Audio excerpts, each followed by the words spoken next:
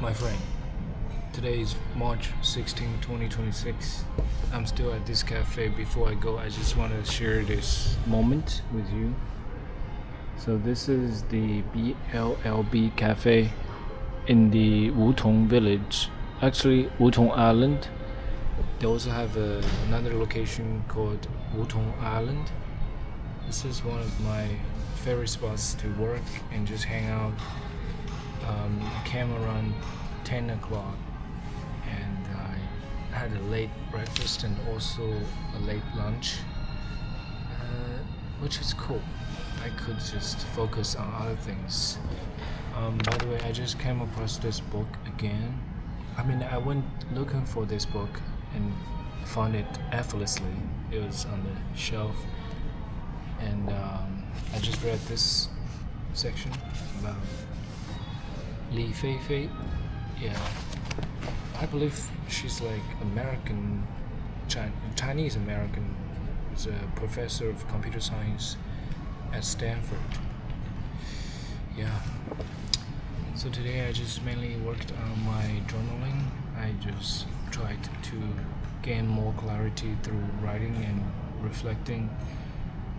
And I just talked to ChatGPT. I want to share with you the summary of today's thinking. It's more like the last part of the day. And the first half, I talked mainly with Gemini Pro. So the last part, let me just read it for you. Today I had an interesting moment of clarity while sitting in a cafe and reading Architects of Intelligence by Martin Ford. In particular, the conversation with Feifei Li sparked a chain of thoughts about AI, creativity, and the future of my work as a storyteller.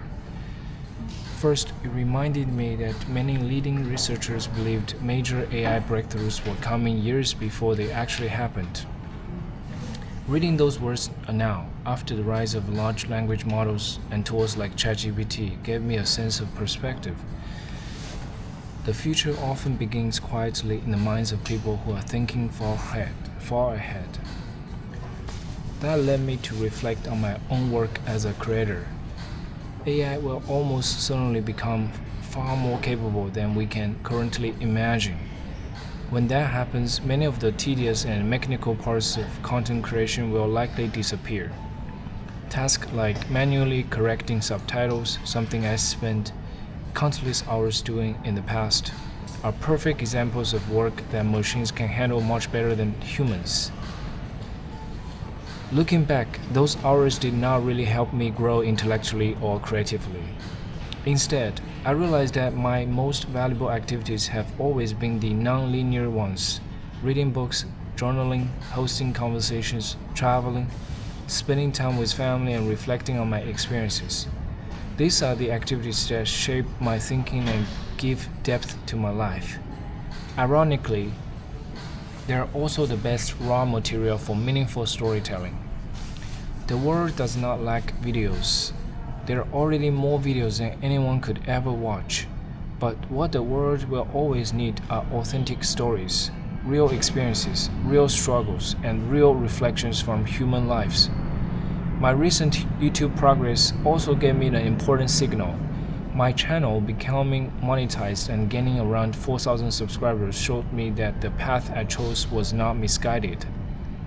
The numbers themselves are not the most important thing, but they provided validation that people resonate with genuine stories.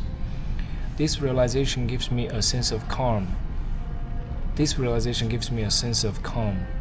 I do not need to rush or force productivity in the traditional sense. Instead, I can focus on living fully, learning continuously, and documenting my life honestly. AI will continue to evolve, and when more advanced tools arrive, they may help me transform my experiences into stories more efficiently. For now, the most important work is simply to live well, think deeply, and follow my curiosity. In the long run, meaningful stories are built from real life, not from hours spent on mechanical editing tasks. And if I continue building my life archive with honesty and intention, the right tools and the right opportunities will eventually meet that foundation. Wow, that's perfect writing. I didn't write that. AI helped me to summarize. It's so satisfying to read something like this. It just made me believe what I do is understandable. At least AI understand me really well. Yeah, I used to have this struggle that people don't get it. Like, it's all just my imagination. Like, I didn't really try hard, and people simply don't have time to listen. So I have to talk to myself, and I started journaling and realized that would be the best way to understand myself and help myself to be understood by others. And then AI appeared. I started journaling really seriously in 2023. The beginning of 2024, maybe? Oh, I'm not so sure at this point. But yeah, it wasn't that long. But every day I tried to just, journal some thoughts, my raw thoughts. I don't even I rarely look back. I rarely go back and edit them. Although sometimes it's a good idea to read what I write and just make some changes. Yeah, it's a good habit if I want to become a better writer. Yeah. Okay, today I just made also a decision that from now on I will just visit my family every 20 days. Which means I will just stay in Shenzhen for 3 weeks and then stay in Xiangtan with family for 10 days. Yeah, so in that way, both of us, me and my family, would know when would we meet again, because family is still a quite important priority.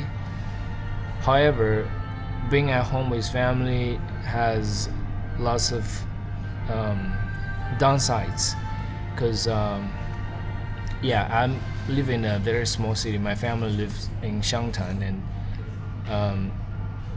it's quite I don't know, it's not the right environment for me to grow, especially when I hang out with friends, just talk with people. I feel like everybody is thinking in a rather, I don't know, I don't want to judge people, but I just want to say here in Shenzhen is more dynamic and vibrant. People are more hardworking. In some sense, they're working smart, not just hard. So I'd love to surround myself with these people, these smartest and most hardworking people in China or even in the world. I meet people from all over the world here in Shenzhen. Okay, I think that's a journal for today. Thank you for watching and listening. See you in my next one. 停止录像。